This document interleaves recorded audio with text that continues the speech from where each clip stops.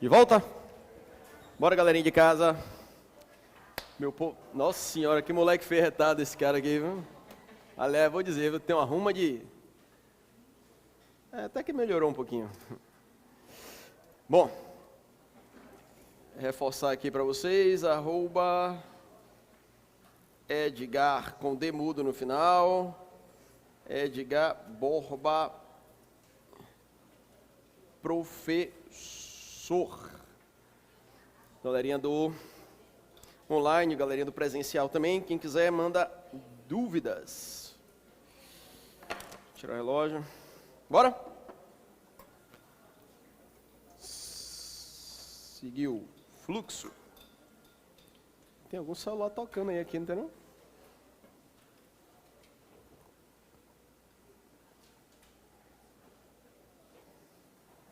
Gente, antes de eu voltar para o conteúdo, eu queria só fazer uma referência breve ao seguinte. Alguém aqui tem carteira de habilitação? Beleza. Seu nome, doutor? Vitão, você dirigia antes de ter habilitação ou aprendeu na autoescola? Sua primeira aula de autoescola, você já deu uns 4 cavalos de pau? Nem depois da carteira, né? Vitão, igual a mim. O que eu estou querendo dizer? A sua primeira aula de autoescola, Vitão, você dirigiu super bem ou fez várias besteiras? Várias besteiras. Você saiu de lá com vontade de chorar, disse, porra, eu não vou conseguir, mas dá uma sensaçãozinha desagradável, né? Beleza. Hoje, Vitão, você dirigindo, você comete os mesmos vacilos que você cometeu na primeira aula? Não. E por que você não comete? Porque hoje você tem prática, experiência. Pronto. Esse Borba é doido. O cara vem falar de processo, está falando de carteira de habilitação. O que é que tem isso a ver com o AB? Só 4 coisas. TUDO, tudo. Gente, primeiro dia, praticamente, né, ontem, Aras, enfim, iníciozinho do nosso curso, e eu queria deixar registrada uma informação super importante. Ou vocês fazem questões, resolvem questões, ou vocês resolvem questões. Ou vocês resolvem questões. Por quê? Eu estou falando muito em função de uma pessoa que me falou lá embaixo, Borba, como é que eu vou estudar? Você precisa do conteúdo teórico, é evidente, mas você precisa praticar. Qual é a grande dificuldade que a gente tem, por vezes, fazendo a questão? Porque a gente não consegue interpretar a questão. A gente não tem o traquejo. Se Vitão assistisse às aulas teóricas da autoescola e fosse diretamente para o teste prático de rua, provavelmente ele ia perder. Existem aulas práticas que antecedem o exame lá da habilitação. Para quê? Para que ele adquira prática, para que ele adquira experiência. Então você só consegue chegar no dia do exame da ordem, no dia da prova, bem tranquilo, se de fato você praticou antes. Aí o aluno fala, Borba, eu assisti todas as aulas, fiz o caderno, mas eu perdi na prova. Eu falei, mas você fez questões? E precisava? Claro que precisa. Você precisa exercitar, você precisa entender como a banca cobra, como eu raciocino a questão, o que eu excluo, quais são os detalhes, o que eu grifo, o que eu não grifo. Você tem que praticar. Ontem eu vi Aras falando, e eu achei interessante, ele falou, gente, se isso for tirar o seu tempo, exclua Instagram, não ganho nada, e baixe uma zorra de um aplicativo, qualquer um, sei lá, tipo OAB de bolso. Pratique, faça exercício. Porque se você não praticar, bicho, suas chances elas reduzem. Mas reduzem muito. É o que eu falo, exemplo, tem determinados temas, sei lá, chamamento ao processo. Gente, só cai de 2 formas. Você vai fazer a primeira questão de chamamento ao processo, a segunda, a terceira, na quarta questão, igual. Você vai dizer, pô, o exemplo é o mesmo. Tem determinados recursos que tem os chamados gatilhos. Exemplo, agravo interno. Bicho, toda questão que o recurso é agravo interno, o enunciado vai falar decisão monocrática. Vai falar relator. Você faz a primeira questão, a segunda. Na terceira questão, você começa a associar. Falou decisão monocrática, falou relator, você associa a resposta correta. Beleza? Então você começa, se você não, e por isso a aula de resolução com a gente ensina o que você deve verificar. Mas fazer, Borba, mas eu vim para a aula de resolução de questão, e em casa você fez? Não. Então tem que praticar. Não tem jeito. Ah, Bob, eu tenho com relação ao processo civil, só o cuidado que eu tenho, não sei quemzinho passou e me deu o livro de 4.000 questões. Ótimo, desde que seja o CPC de 2015, né? Que outro dia o cara me perguntou, Bob, o CPC de 73 serve as questões? Eu falei, pô, aí não. Porque você está trabalhando com questões atualizadas, um livro de questões atualizado. Fora isso, a gente tem que praticar. Não tem tempo de correr. Então, qual é a minha sugestão? Assistiu a aula hoje, não tem os temas da aula de hoje? Baixa e faz questões referentes ao tema de hoje. Por que eu brinquei com o Vitor? A primeira leva de questões, você vai acertar todas? Não, nem eu quero. Nem eu quero. O detalhe é, a questão que você erra agora, você erra de novo na hora da prova? Não. É mais fácil você errar o que você acertou, que você pode ter acertado no chute, do que você errar de novo o que você errou agora. E não tem jeito, é clichê, mas é verdadeiro. A hora de errar é agora. E essa galera de direita é tão vaidosa, mexe tanto no nosso ego, quando a gente erra, que se fala, FDP, não erro mais nunca essa. E tem que praticar. Não tem para onde correr. Por isso, nosso curso tem só cerca de 1.000 questões. Por falta de questões, não será. Com perdão da brincadeira, a gente faz tanta questão que tem tanta questão. Joia? 1.400 questões? 1.500, está aumentando, quem dá mais? Quem dá mais? Tem cerca de 1.400 questões. Ou seja, vocês podem praticar, não tem jeito. Beleza? Achar que a aulinha, sem ter assistido a aula, está valendo, posso ir para a prova, com certeza você vai ter um grau de dificuldade maior. Beleza? Joga duro, faz questões, trabalha, que isso vai facilitar muito a vida de vocês. Beleza? Esquece disso não. Isso nem... Borba, só precisa fazer questão de processo civil, né? Claro que não. Tem que fazer todas. Joia? Vamos lá. Conflito de interesses, levei ao judiciário, eu quero uma solução definitiva, eu quero que ele analise o meu pedido, eu quero que ele analise o mérito. Chegou no mérito, a decisão será uma decisão com resolução do mérito. Tenho 2 muros, bateu, não passou, sem resolução do mérito. Por que eu estou voltando a isso aqui? Já que eu falei de coisa julgada, eu queria fazer uma abordagem agora de um ponto específico, antecipando um pouco, eu queria trabalhar alguns aspectos referentes à sentença, porque está diretamente atrelada à ideia da coisa julgada. Eu vou fazer o link. Vocês já ouviram falar de sentença? Já. Vocês já ouviram falar de decisão interlocutória? Já, isso, que bom.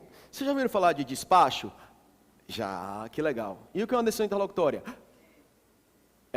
Né? É uma decisão, é. E o que é uma sentença? Né? Veja, parece brincadeira, mas são coisas que a gente escuta todo dia e não sabe dizer o que é. A gente acha que sabe o que é, mas não sabe dizer. Então você não sabe. Você concorda? Então veja, para eu entender como um processo acaba, eu preciso saber de que forma isso acontece. Veja, o juiz, no processo, ele pode praticar alguns atos. O primeiro ato que o juiz pode praticar no processo, não necessariamente em termos de ordem cronológica, um dos atos que ele pode praticar, é o chamado despacho. Já ouviram falar de despacho? O que é despacho? Despacho é um ato do juiz que não tem conteúdo decisório. Traduzindo, no despacho o juiz não decide nada. O juiz só impulsiona o processo para frente. Dê um exemplo aí, Borbinha. Claro, vamos lá. Intime-se as partes para comparecer na audiência do dia tal. Foi o que o juiz decidiu? Nada. Se o juiz nada decidiu, esse ato que ele praticou é decisão interlocutória, é sentença ou é despacho? Despacho. Intime-se o autor para a devolução dos autos no prazo de 48 horas. Foi o que o juiz decidiu? Nada. Que ato foi esse que o juiz praticou? Um despacho. Beleza? Agora veja, toda vez que o juiz colocar fim no processo através de um ato, esse ato que coloca fim ao processo é chamado justamente de sentença. E a sentença, quando resolve o mérito, ela é definitiva. Quando não resolve o mérito, também é chamado de terminativa. Concorda? Então, o que é uma sentença? Seu vizinho, você foi para a aula do OAB hoje de Borba, Borba é o cara. Mentira, hein?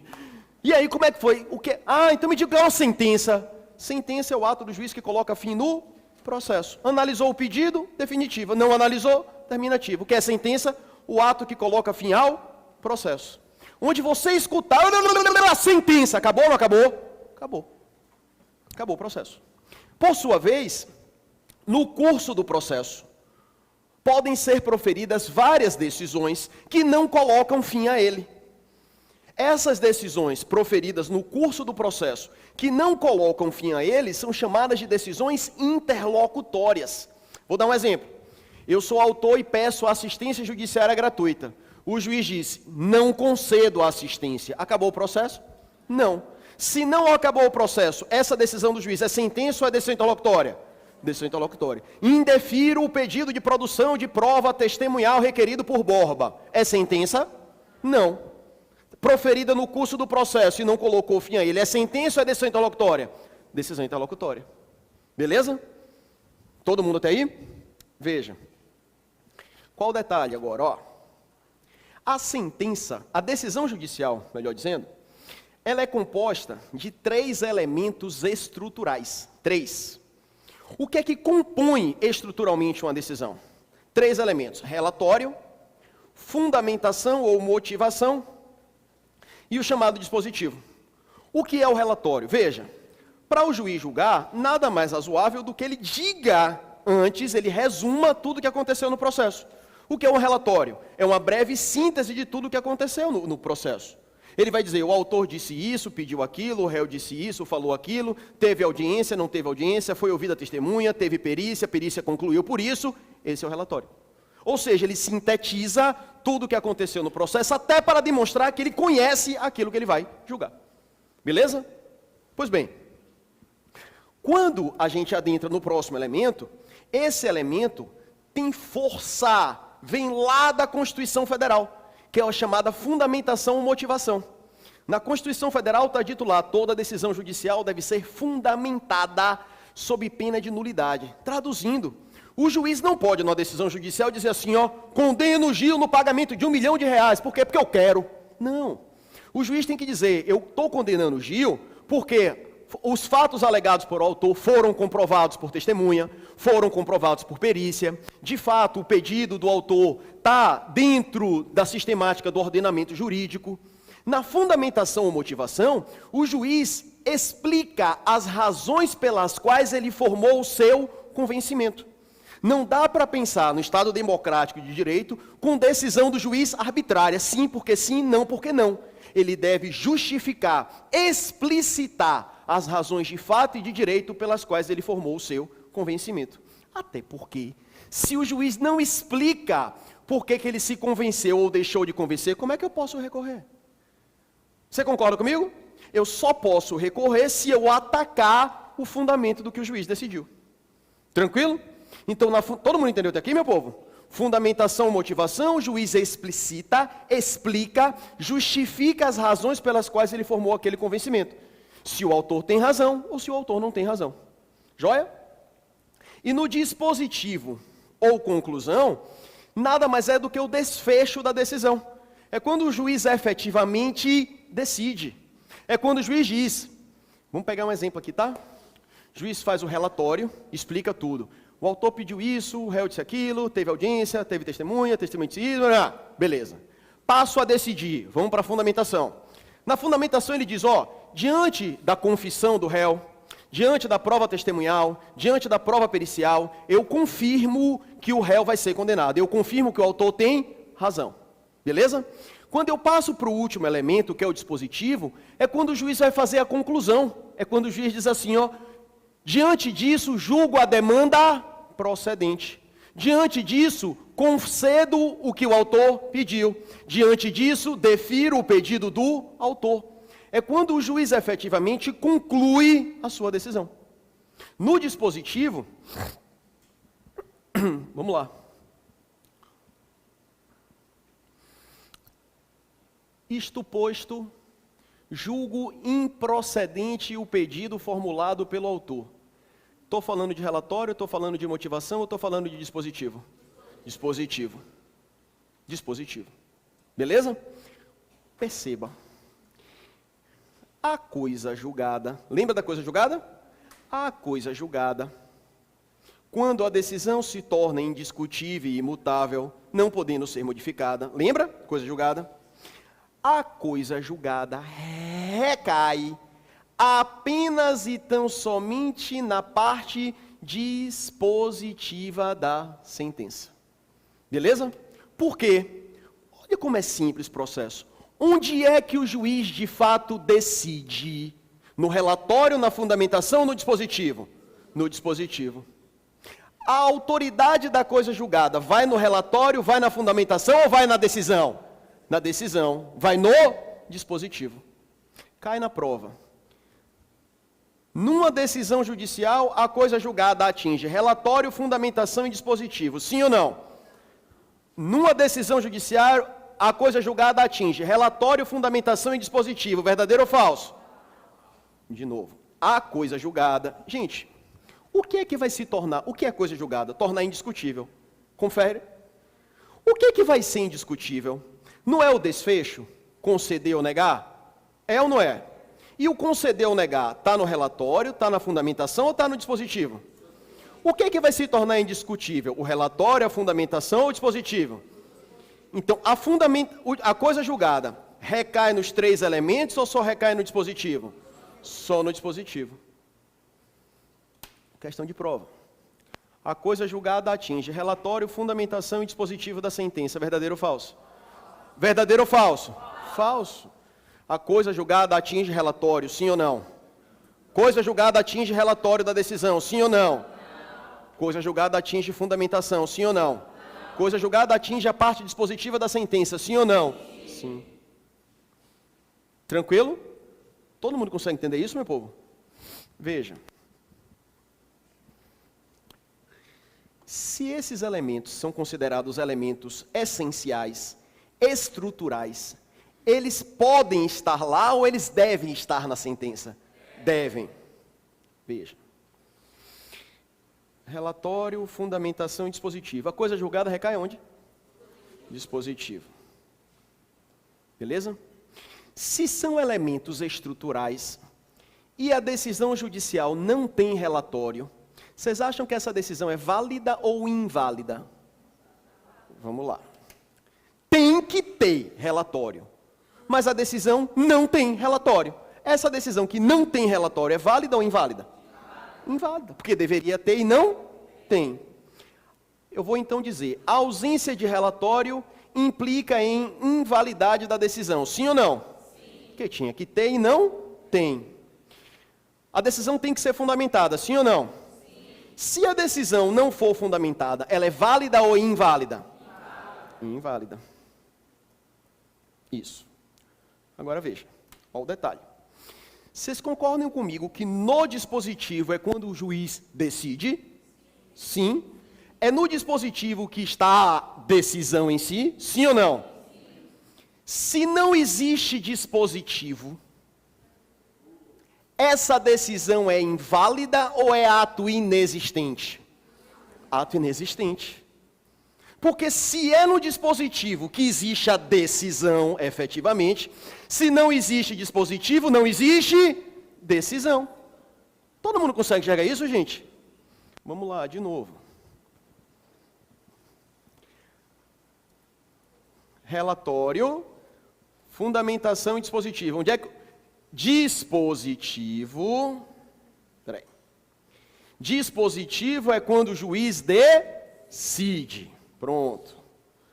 Se não tem dispositivo, o juiz não decidiu. Logo, existe decisão ou não existe decisão? Não existe decisão. A ausência de dispositivo torna a sentença inválida ou torna a sentença ato inexistente? Ato inexistente. Todo mundo? Agora veja, ó. O que é que a abençoada da banca gosta de cobrar? Ó, vamos lá. Relatório, faltou relatório. É ato inexistente ou é invalidade? Invalidade. Faltou fundamentação. Ato inexistente ou invalidade? Invalidade. Faltou dispositivo. É ato inexistente ou invalidade? Ato inexistente. Beleza? Aí cai na prova. A ausência de qualquer elemento da sentença implica na sua invalidade. Verdadeiro ou falso? Falso. Falso. Porque a ausência de dispositivo é invalidade ou é ato inexistente? Ato inexistente. Beleza? Coisa julgada recai nos 3 elementos? Não, só recai aonde? Dispositivo. Joia? E mais um detalhe. No juizado especial cível, Lei 9.099 de 95, lá no juizado, a sentença no juizado dispensa o relatório. O que é que eu quero mostrar? Por isso que eu falo de resolver questões. Pegou questão de processo civil, patati e patatá, no juizado especial cível. Isso faz diferença na hora de eu acertar a minha questão? Faz. Você quer ver uma coisa? Eu estou dizendo para vocês que no juizado, o relatório pode ser dispensado. Beleza? A questão diz, numa ação ajuizada perante o juizado especial cível, o juiz profere uma decisão dispensando o relatório. Nesse caso, 2 pontos. A sentença será considerada inválida. Verdadeiro ou falso? Falso. Falso. E quem foi que tornou assertiva falsa? O fato da ação tramitar no juizado. Pegou a questão, por isso que eu falo de praticar, pegou a questão, apareceu, juizado especial cível. É uma informação que passa batido ou eu vou grifar isso? Eu vou grifar. Porque o fato de tramitar ou não perante o juizado pode ter repercussão, pode ter alguma diferença procedimental. Beleza? No juizado especial exige-se todos os elementos da sentença, verdadeiro ou falso? Verdadeiro ou falso no juizado? Falso. No juizado especial dispensa-se relatório e fundamentação, verdadeiro ou falso?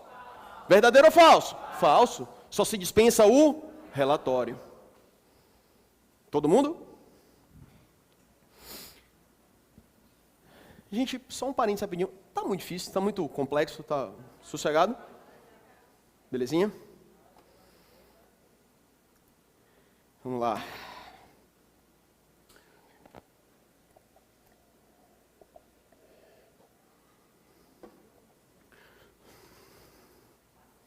Veja aqui comigo.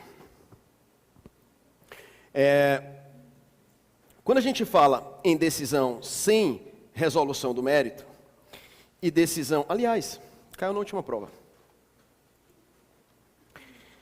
Quando eu tenho um conflito de interesses, eu levo ao Poder Judiciário, porque eu quero uma solução definitiva, análise de mérito, análise do pedido.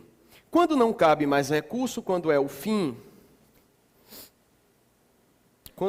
do processo, a coisa julgada é formal. Mas se analisou o mérito, eu também tenho coisa julgada material. De sorte que eu não posso repropor a mesma ação. Beleza? Eu disse a vocês que o conceito de coisa julgada é doutrina borbiniana, de acordo com o que é coisa julgada, Inês é morta. Não é isso? Só que tem um detalhe. Veja. Mesmo depois da formação da coisa julgada,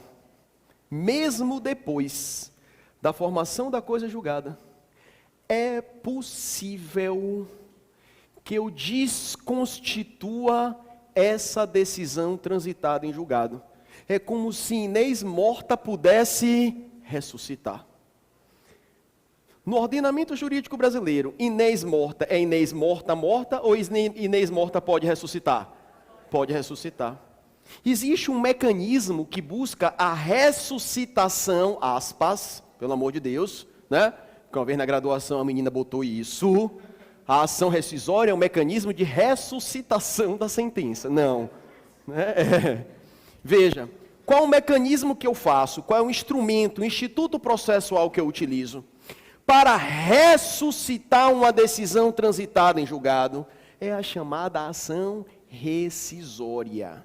O que é a ação rescisória? Uma vez a decisão transitada em julgado, uma vez a decisão formada a sua coisa julgada, mesmo com coisa julgada, mesmo tornando-se indiscutível e imutável, ainda assim eu posso ressuscitar, desconstituir essa decisão transitada em julgado, desde que eu proponha uma ação chamada de ação rescisória. A ação rescisória tem por finalidade: eu ajuizo a ação rescisória antes ou depois do trânsito em julgado? Depois. Qual é a finalidade? Desconstituir uma decisão transitada em julgado. Beleza? Borba, eu posso ajuizar essa ação rescisória 80 anos depois do trânsito? Não. O prazo para o ajuizamento da ação rescisória é um prazo decadencial de 2 anos. Por isso, eu não gosto muito de trazer teoria, mas aqui tem informação que eu acho bacana. O que é que a galera diz da doutrina? A galera diz assim, ó: existe a chamada coisa julgada, acabou o recurso, coisa julgada, e existe a chamada coisa soberanamente julgada. Qual é a diferença? A coisa julgada é quando não cabe mais recurso. A coisa soberanamente julgada é quando não cabe mais recurso e já passou o prazo da ação rescisória. Todo mundo consegue entender isso? Beleza? Acabou o prazo, ela morreu e acabou o prazo de ressuscitação. Qual o prazo que eu tenho para ressuscitar uma decisão transitada em julgado? 2 anos. Eu vou ressuscitar através de que instituto processual? Ação rescisória. Beleza? Então, a ação rescisória é um instituto que eu viso desconstituir uma decisão judicial transitada em julgado. Todo mundo consegue enxergar? Transitou em julgado, Inês é morta. Ponto. Verdadeiro ou falso? Verdadeiro ou falso? Falso. Inês é morta, mas pode ressuscitar. Como é que eu ressuscito essa abençoada? Ação rescisória. Beleza? Todo mundo até aqui? Quais são essas? O que foi que caiu na última prova? Uma hipótese específica de ação rescisória. Só um detalhe, tá? Cuidado.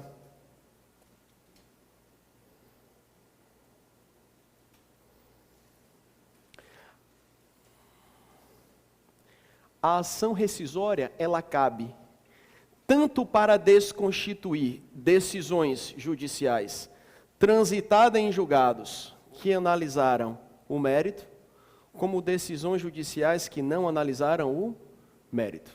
Joia? A regra é o cabimento de ação rescisória para para rescindir decisões que analisaram o mérito. Vou dar um exemplo aqui, bem grosseiro, tá? Bem grosseiro. Que na verdade é uma hipótese de cabimento. Imagine que o juiz proferiu uma decisão.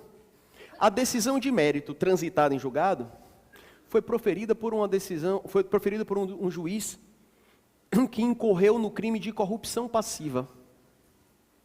Beleza? O juiz recebeu, por exemplo, vantagem pecuniária para proferir uma decisão de mérito. Todo mundo? A decisão transitou em julgado. Nesse caso, Inês é morta ou pode ser ressuscitada? Pode ser ressuscitada. Todo mundo enxerga? Em casos de corrupção, de concussão e de prevaricação. Traduzindo, se o juiz buscar para si aí direito penal, não vou entrar. Beleza? É 316, 317, 319 do Código Penal.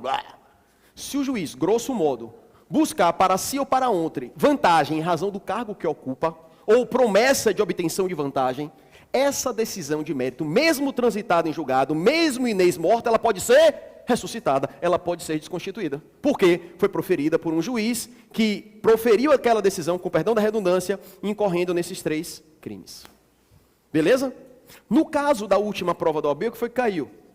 Veja, foi apurado em processo criminal, o processo civil transitou em julgado, beleza? E depois foi descoberto, num processo criminal, que aquela prova foi utilizada uma prova A no processo civil. Beleza? Prova A. E transitou em julgado, com base na prova A. Depois foi descoberto, num processo criminal, que aquela prova A era falsa. Mantém a decisão transitada em julgado ou ressuscita Inês? Ressuscita Inês. Beleza? A obtenção de prova nova, após o trânsito em julgado, justifica a ação rescisória. Todo mundo consegue enxergar isso, meu povo? Sim ou não? Transitou em julgado, Inês é morta, verdadeiro ou falso? Falso ou verdadeiro? Falso, porque pode ressuscitar ou não pode? Pode. Todo mundo consegue ter uma ideia de ação rescisória, meu povo? Posso puxar o barco? Então veja, ó.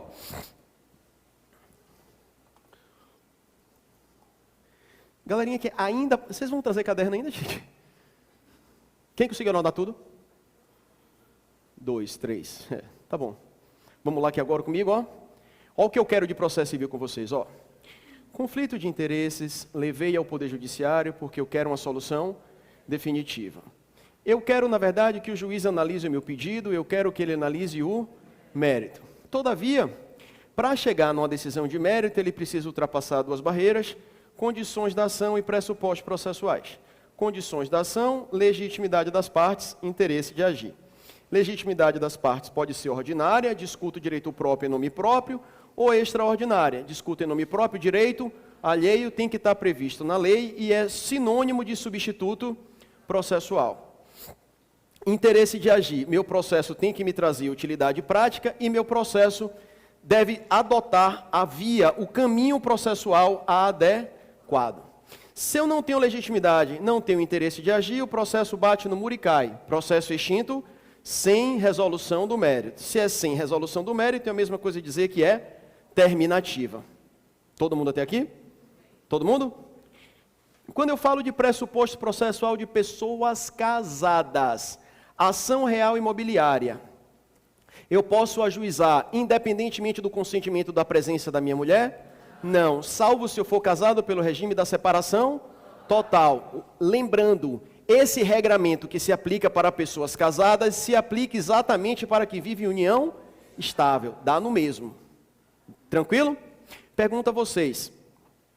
Quando uma decisão, quando o processo acaba por sentença, decisão interlocutória ou por despacho? O processo acaba, quando o juiz bota o processo acaba. Sentença, decisão interlocutória ou despacho? Sentença. Todo mundo? Beleza. Quando o processo acaba, quando é o fim do processo, formou coisa julgada? Formal. Sim ou não?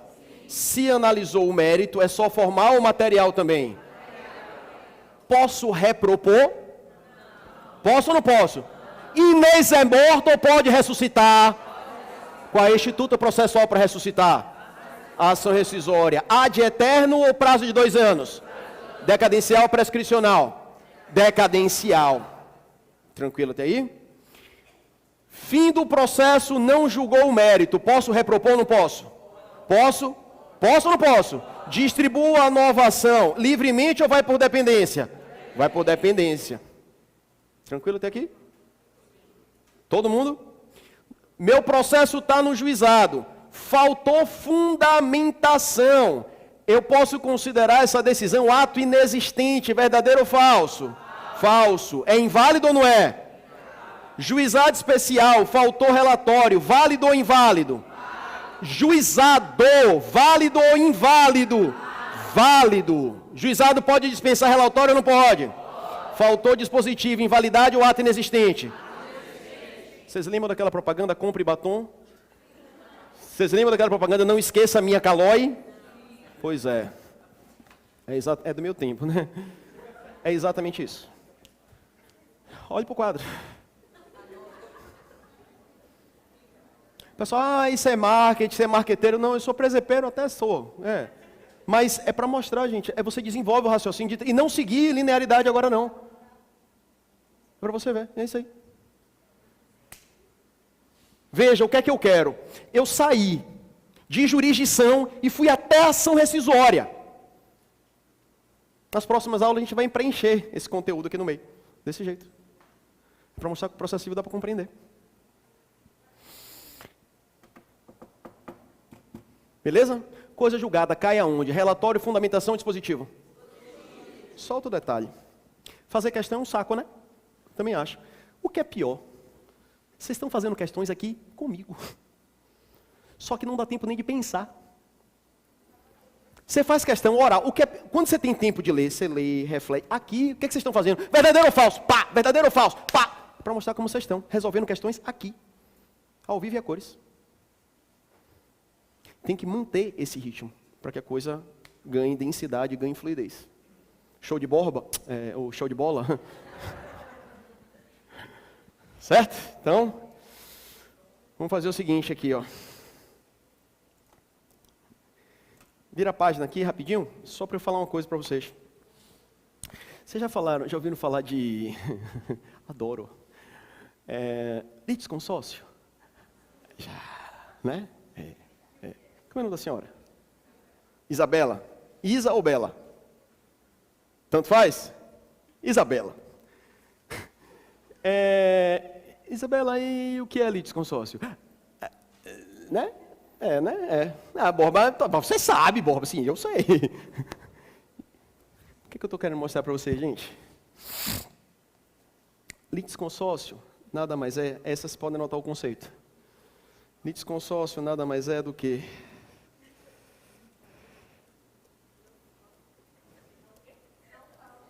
se você não entendeu minha letra, é ofensa pessoal, viu? Não faltem a próxima aula. Na aula subsequente, a gente volta com 2 temas que efetivamente são exaustivamente cobrados. A gente volta com litisconsórcio, o bicho-papão litisconsórcio, intervenção de terceiros, e a gente dá continuidade ao nosso curso, beleza? Beijo, beijo, beijo, fiquem com Deus. Amanhã vocês estão com a galera de Penal, os maluquetes de Penal, ou Caio Rangel ou Léo Gesteira. Joia, eu vou impetrar um HC para ver se eu livro os 2 da cadeia para estar aqui amanhã. Tá? Beijo, beijo, beijo. Fiquem com Deus, galerinha de casa. Beijo, sejam todos bem-vindos à família Sejais.